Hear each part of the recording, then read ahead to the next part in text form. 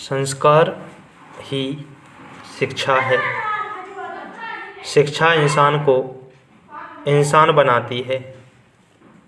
आज के भौतिकवादी युग में शिक्षा का प्रमुख उद्देश्य सुख पाना रह गया है। आज की शिक्षा प्रणाली एकांकी है, उसमें व्यावहारिकता का अभाव है, श्रम के प्रति निष्ठा नहीं है। प्राचीन शिक्षा प्रणाली में आध्यात्मिक एवं व्यावहारिक जीवन की प्रधानता थी।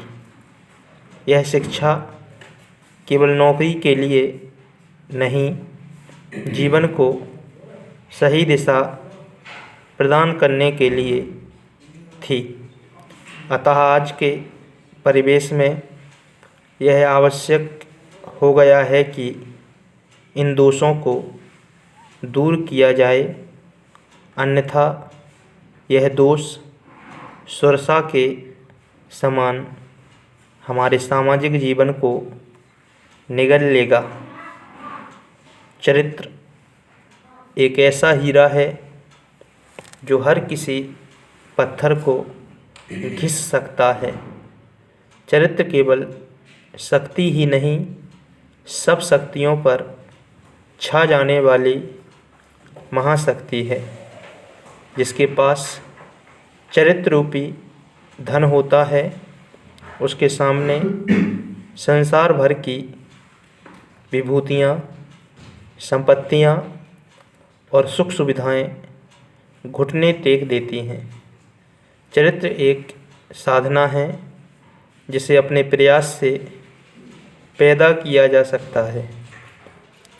सद्गुणों पर चलना, प्रेम, करुणा, मानवता, अहिंसा को अपनाना तथा लोभ, मोह, निंदा, उग्रता, क्रोध, अहंकार को छोड़कर चरित्र बल प्राप्त किया जा सकता है।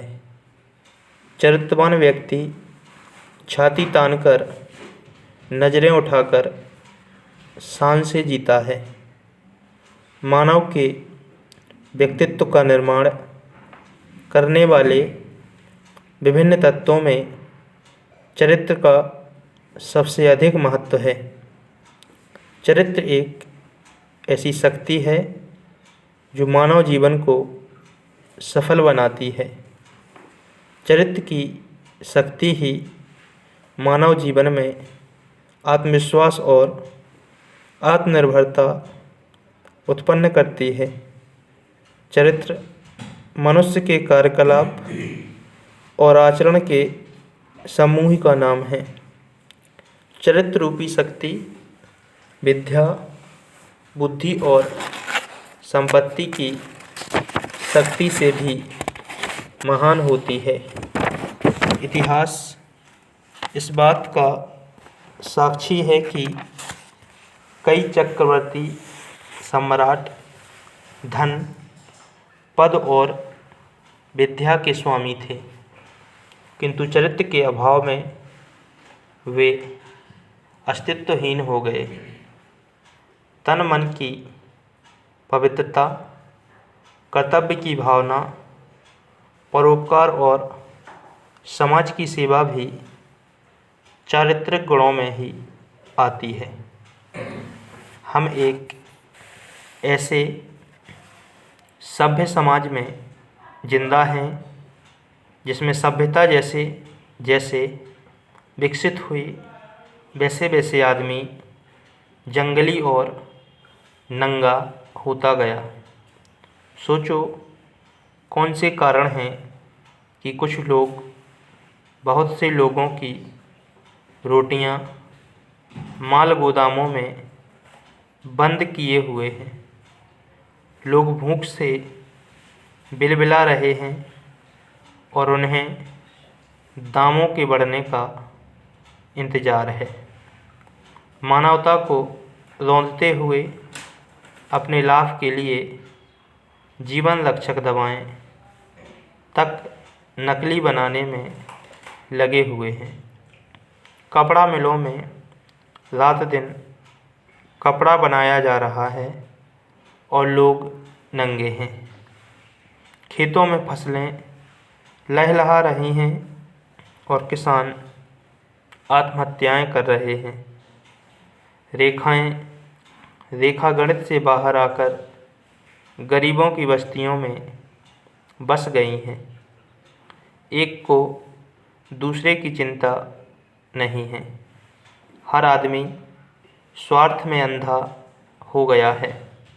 बर्बरता जंगलीपन की निशानी मानी जाती है। सभ्य समाज और सभ्यता को तो उससे दूर ही रहना चाहिए। जनता के साहित्य का अर्थ जनता को तुरंत ही समझ में आने वाले साहित्य से हरगिज नहीं है। अगर ऐसा होता तो किस्सा तोता मैना और नौटंकी ही साहित्य के प्रधान रूप होते। साहित्य के अंदर सांस्कृतिक भाव होते हैं। सांस्कृतिक भावों को ग्रहण करने के लिए बुलंदी, बारीकी और खूबसूरती को पहचानने के लिए, उस असलियत को पाने के लिए जिसका नक्शा साहित्य में रहता है, सुनने या पढ़ने वाले की कुछ स्थिति अपेक्षित होती है। वह स्थिति है उसकी शिक्षा, उसके मन का सांस्कृतिक परिष्कार। साहित्य का उद्देश्य सांस्कृतिक परिष्कार है, मानसिक परिष्कार है। हमें स्वराज्य अवश्य मिला, परंतु स्वराज आज भी हमसे बहुत दूर है। कारण स्पष्ट है। देश को समृद्ध बनाने के उद्देश्य से कठोर परिश्रम करना न हमने सीखा है, न सीखने के लिए ईमानदारी से उस ओर उन्मुख ही हैं। श्रम का महत्व ना तो हम जानते हैं ना मानते हैं। हमारी नस नस में आराम तलबी समाई है। हाथ से काम करने को हीनता समझते हैं। काम चोरी से हमारा नाता घना है। कम से कम काम करके अधिक से अधिक दाम पाने की दूषित मनोवृत्ति राष्ट्र की आत्मा में घर कर गई है। इससे हमें मुक्त होना होगा और आज की अपेक्षा कई गुना अधिक कठिन परिश्रम करना होगा। तभी देश आगे बढ़ेगा, समाज सुखी होगा और तभी स्वराज में परिणित होगा। समय रुकता नहीं है, निरंतर चलता रहता है। जिसने इसके महत्व को समझकर इसका उपयोग कर लिया, वही जीवन में सफल हो पाता है। समय के निकल जाने पर जो उसके पीछे दौड़ते हैं, वे ज़िंदगी में कभी उन्नति नहीं कर सकते।